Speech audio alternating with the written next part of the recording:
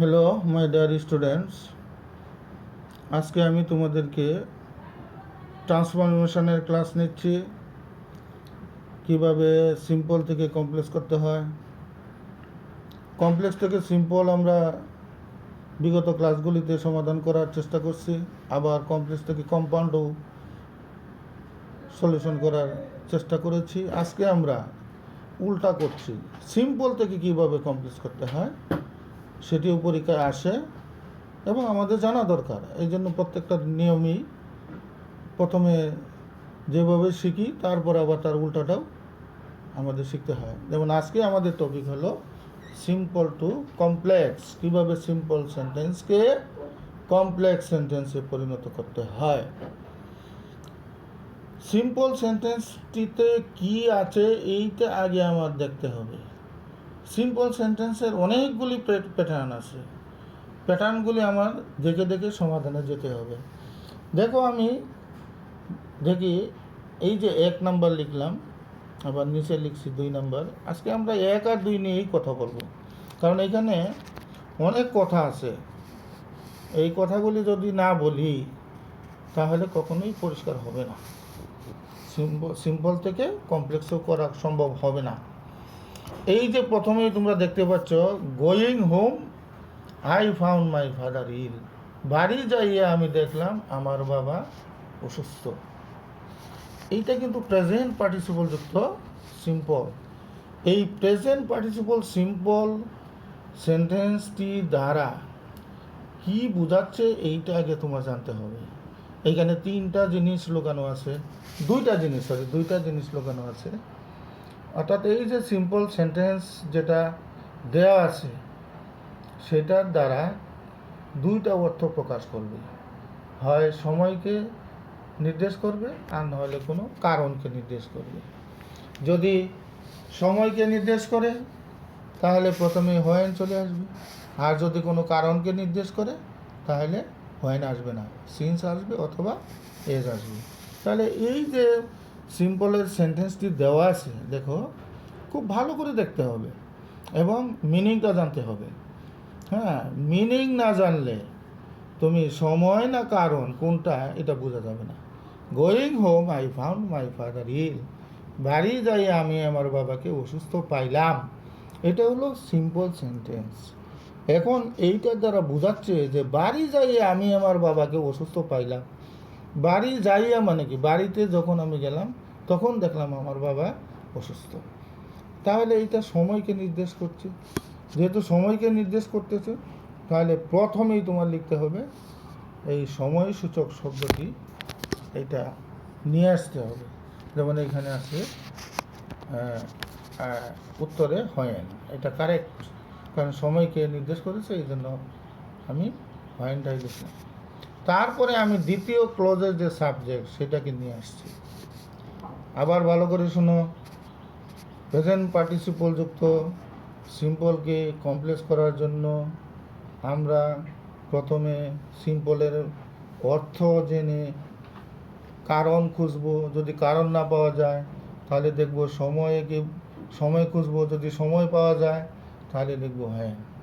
হ্যান লেখার পরেই সাবজেক্ট আমরা লিখে দেব। সাবজেক্ট লেখার পরে প্রেজেন্ট পার্টিসিপল যে ভার্বটি রয়েছে সেটাকে B2 আনতে হবে। তারপর বাকি শব্দাবলী আমরা লিখে দেব, তাহলেই কমপ্লেক্স হয়ে যাবে। এইটাই হলো সিম্পল থেকে কমপ্লেক্স করার টেকনিক। আসলে রুলস থেকে টেকনিক কিন্তু বেশি উপকারী। টেকনিকটা তোমাদের হোল্ড করতে হবে। যখনই প্রেজেন্ট পার্টিসিপল যুক্ত সিম্পল সেন্টেন্স দেখতে পাবে প্রশ্নপত্রে, এটাকে যখন কমপ্লেক্স করতে বলবে তখনই তুমি সাথে সাথে এটা কয়েকবার পরে নেবে। কয়েকবার পরে তুমি 2টা জিনিস খুঁজবে। প্রথমে কারণ খুঁজবে, কারণ নাই, ওকে। তারপরে খুঁজবে সময়, তুমি সময় পেয়েছো, তখন লিখবে হ্যাঁ। হ্যাঁ লেখার পরেই আইটা লিখে দেবে। এই যে আইটা সাবজেক্ট, অর্থাৎ সাবজেক্টটা উল্লেখ করে লিখতে হবে। লেখার পরে প্রেজেন্ট পার্টিসিপল যেটা আছে সেটাকে B2 আনতে হবে। B2 আনার নিয়ম তোমাদের জানা আছে, বিগত ক্লাসে অনেকবার বলেছি। প্রেজেন্ট পার্টিসিপল কিন্তু B1-এর সাথে আইএনজি যুক্ত আছে, কিন্তু যখন আমরা প্রেজেন্ট পার্টিসিপলকে আমরা B2 আনবো তখন আইএনজি বাদ দিতে হবে। আইএনজি বাদ দিলে কি থাকে, গো থাকে। এই গোটাকে যদি আমরা বি টু করি তাহলে হবে ওয়েন্ট। আর এই যে পরের শব্দ এই যে হোম, আর এই যে আইটা আবার লিখতে হচ্ছে, I found my father ill. কেন আবার লিখতে হচ্ছে এখানে প্রশ্ন থাকতে পারে যে আই তো আপনি ওই সময়ের পরেই লিখেছেন, আবার কেন দ্বিতীয় ক্লোজে আই নিয়ে আসেন? কারণ এটা আমরা জানি যে কমপ্লেক্স সেন্টেন্সে দুইটা ক্লোজ থাকে, একটা থাকে সাবঅর্ডিনেট ক্লোজ আর একটা থাকে প্রিন্সিপাল ক্লোজ। এই যে তোমরা দেখতে পাচ্ছ হোয়েন যুক্ত প্রথম যে ক্লোজটি এটা হলো সাবঅর্ডিনেট ক্লোজ, আর দ্বিতীয় ক্লোজটা হলো প্রিন্সিপাল ক্লোজ। এই সাবঅর্ডিনেট ক্লোজের অর্থ প্রকাশ করার জন্য প্রিন্সিপাল ক্লোজের উপর ডিপেন্ড করতে হয়। সুতরাং প্রথম ক্লোজটা সাবজেক্ট যেটা থাকে, দ্বিতীয় ক্লোজের সাবজেক্ট একই ব্যক্তি থাকে, নাহলে সিন্স এজ হোয়েনের রুলে আসবে না। ওকে, আমি আবার বলি, প্রথম আমি কি করব, হ্যাঁ এটা আগে আমি স্থির করব মানসিকভাবে। আমি সেন্টেন্সের মানেটা খুঁজব, কারণ প্রথমে আমি কারণটা দেখব, কারণ নাই তাহলে এজও লিখবো না, সিন্সও লিখবো না। এবার আমি খুঁজবো এটা দ্বারা, এই সেন্টেন্স দ্বারা কোনো সময়কে নির্দেশ করছে কিনা। যদি সময়কে নির্দেশ করে তাহলে হোয়েন লিখে দেবো। হোয়েন লেখার পরে সাবজেক্টটা লিখবো, আর প্রেজেন্ট পার্টিসিপল যেটা আছে ভার্ব এটাকে বি টু করবো, তারপরে শব্দ লিখবো, এরপরে আবার ওই সাবজেক্টটা আবার লিখবো, লেখার পরে দ্বিতীয় ক্লোজের সেন্টেন্সটি শেষ পর্যন্ত দেখে কমপ্লিট করব। দ্বিতীয় ক্লোজের সেন্টেন্স বলতে কি, এই যে সিম্পলে I found my father ill, এই যে এই অংশটা দ্বিতীয় ক্লোজে আনসারে পরিষ্কার করে দেখে লিখে দেবো, তাহলেই কমপ্লেক্স হয়ে যাবে। ওকে, তবে এখানে একটা কথা আছে, আসলে আজকে কিন্তু সিম্পল থেকে যেহেতু কমপ্লেক্স করতেছি, কমপ্লেক্স মানে জটিল করতেছি, আসলে সরল ছিল এটাকে আমরা জটিল করতেছি, এই জন্য কথাও বেশি বলতে হচ্ছে। ঠিক আছে, এইখানে সাবজেক্টটা যেহেতু আই আছে, মানে প্রনাউন আছে, তাহলে তোমার বুঝতে হবে যে এই কমপ্লেক্সে সাবজেক্ট একই ব্যক্তি ছিল এবং একই প্রনাউন ছিল, নাহলে আইটা কেন এখানে ব্যবহার করা হবে? এখানে তো দ্য ম্যান লেখা হয় নাই, এখানে দ্য বয় লেখা হয় নাই, কোনো নাউন লেখা হয় নাই। যেহেতু প্রনাউনেই আছে তাহলে বুঝতে হবে যে কমপ্লেক্সে অবশ্যই দুইটা ক্লোজের সাবজেক্ট আই হবে, দুইটা প্রনাউনেই হবে। ওকে,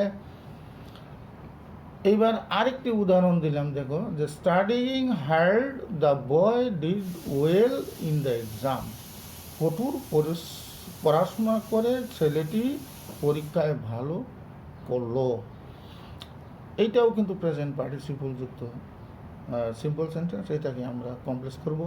এখন এই যে কঠোর পড়াশোনা করে ছেলেটি পরীক্ষায় ভালো করলো, এখানে কিন্তু সময়কে বোঝাচ্ছে না, সুতরাং এখানে হয় লেখা যাবে না। তবে এটা দ্বারা কী বোঝাচ্ছে? এটা দ্বারা একটা কারণ বোঝাচ্ছে, হ্যাঁ একটা কারণ বোঝাচ্ছে, বা এটা দ্বারা একটা ফলাফল বোঝাচ্ছে। এই জন্য এখানে প্রথমে লিখতে হবে সিন্স অথবা এজ। আমি এজটাই লিখলাম, তারপরে ওই আগের উদাহরণের মতো ওই যে সাবজেক্ট এইখানে নিয়ে আসছি, এই যে দা বয় হলো সাবজেক্ট, আমি ওই এজের পরে দা বয় সাবজেক্টে লিখলাম।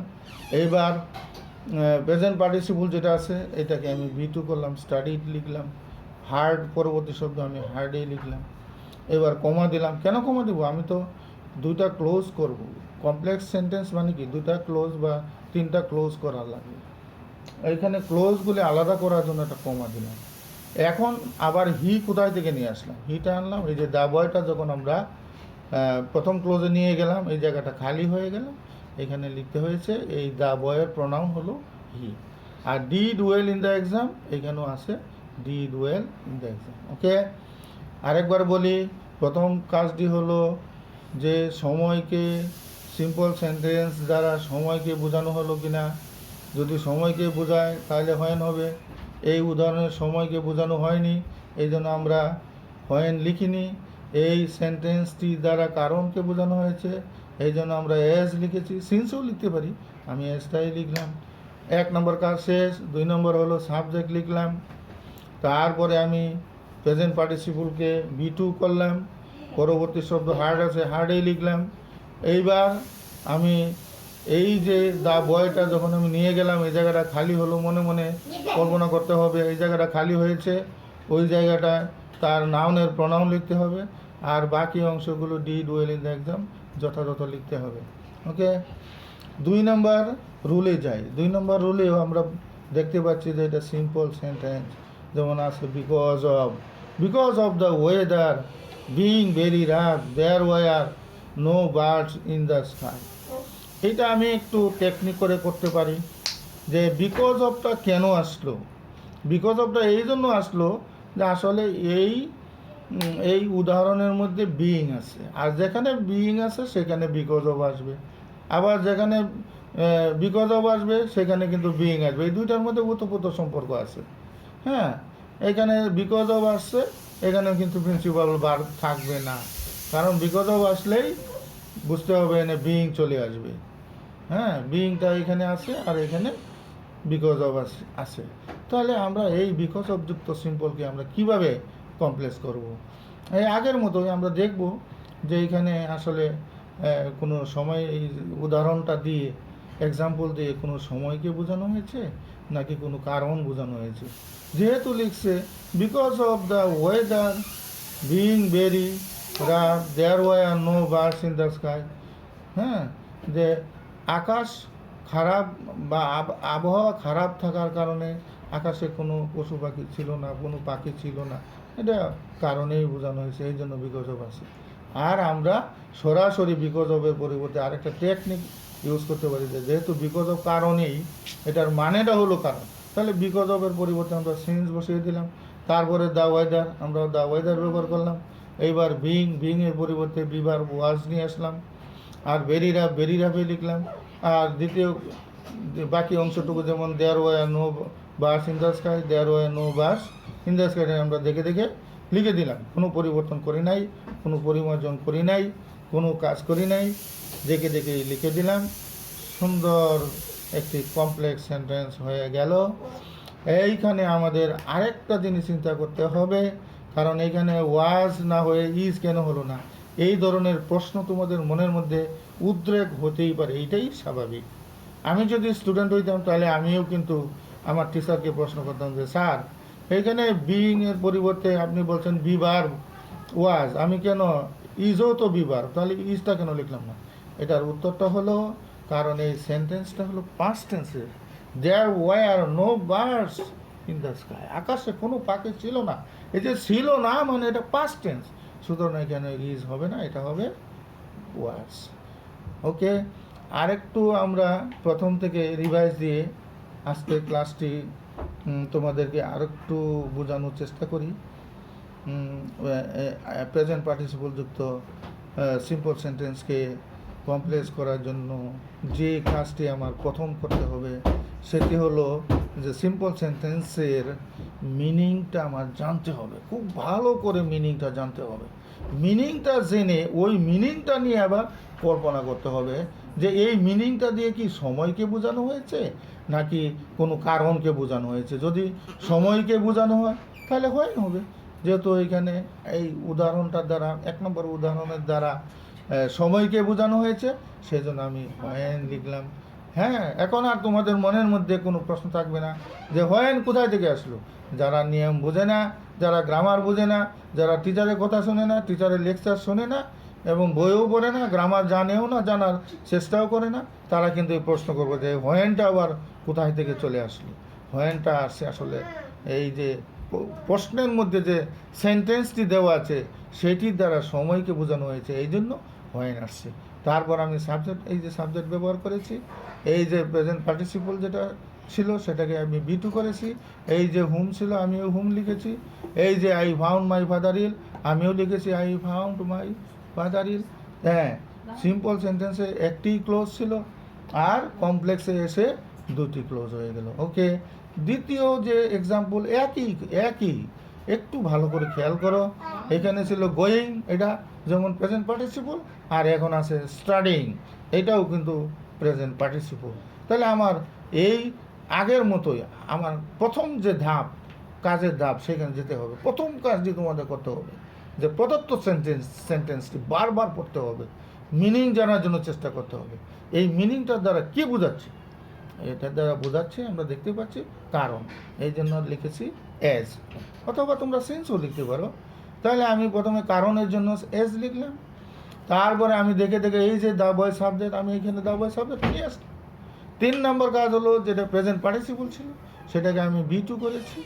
তার পরবর্তী শব্দ হার্ট ছিল, আমিও হার্ট লিখেছি। তারপরে আমি একটু বেশি কাজ করেছি, যেমন দ্য বয়ের পরিবর্তে এখানে আমি লিখেছি হি প্রোনাউন্ড, আর did well in the exam আমিও লিখেছি did well in the exam. কোনো আর কাজ করতে হয়নি, সিম্পল থেকে কমপ্লেক্স হয়ে গেল।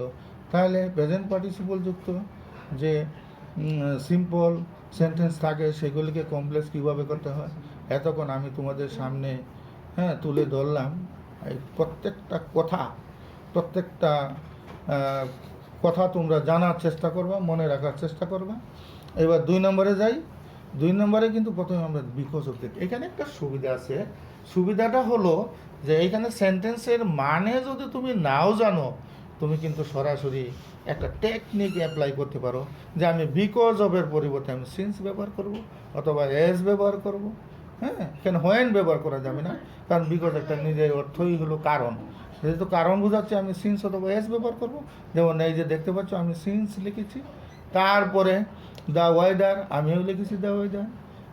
এখানে আছে বিইং, আমি লিখছি ওয়াজ। আমি কিন্তু ইজ লিখি নাই, ওয়াজ লিখছি, কারণ এটা পাস্ট টেন্সের সেন্টেন্স, এই জন্য ওয়াজ লিখেছি। আর ভেরি রাফই লিখেছি। এরপরে একটা কমা দিয়েছি, সঙ্গত কারণে কমা দিতে হবে, কারণ এটা একটা ক্লোজটা এখানে শেষ হচ্ছে। এই ক্লোজটা শেষ করার জন্য, বোঝানোর জন্য একটা কমা দিতে হবে। তারপরে ওই যে দেখো প্রশ্নের মধ্যে ছিল there were no bus in the sky, আমিও কিন্তু লিখেছি there were no bus in the sky. Okay my dear students, my dear SSC students, তোমরা সবাই এই করোনাকালীন সময়ে বাসায় থেকো, নিরাপদে থাকো, বিশুদ্ধ খাবার গ্রহণ করো এবং আমার জন্য দোয়া করো। আমি একটু অসুস্থ আছি বর্তমানে, আমার জন্য একটু দোয়া করো, আমি যেন পুরোপুরি সুস্থ হয়ে আরও সাবলীলভাবে আরও সুন্দরভাবে তোমাদেরকে টিচ দিতে পারি। এই করোনার সময়ে ঘরে বসে না থাকে, একদম অলস হয়ে বসে না থাকে, সময়টুকু কাজে লাগাও, বইয়ের সাথে থাকো, লেখাপড়া করো। যখন স্কুল খুলবে আমরা আবার ডাইরেক্ট তোমাদের মুখোমুখি হয়ে ক্লাস নিব, তোমরা তখন আমাদেরকে প্রশ্ন করতে পারবে। এখন হয়তো প্রশ্ন করার সুযোগ পাচ্ছ না, কারণ আমি তো লাইভ অনলাইনে ক্লাস নিচ্ছি না, লাইভ নিলে হয়তো তোমরা আমাকে প্রশ্ন করতে পারতা। প্রশ্ন না করলেও এখন তোমরা নোট করে রাখতে পারো, যখন স্কুল খুলে ফেলবে আমাকে প্রশ্নগুলি দেখাবে যে স্যার এইখানে এই জিনিসটা আমার মনের মধ্যে প্রশ্ন ছিল, তখন আমি তোমাদেরকে ক্লিয়ার করে দেবো। যেগুলি তোমাদের মনে আনক্লিয়ার থাকবে সেগুলি ক্লিয়ার করে দেবো। ওকে, ভালো থাকো, সুস্থ থাকো। Thank you very much, bye by.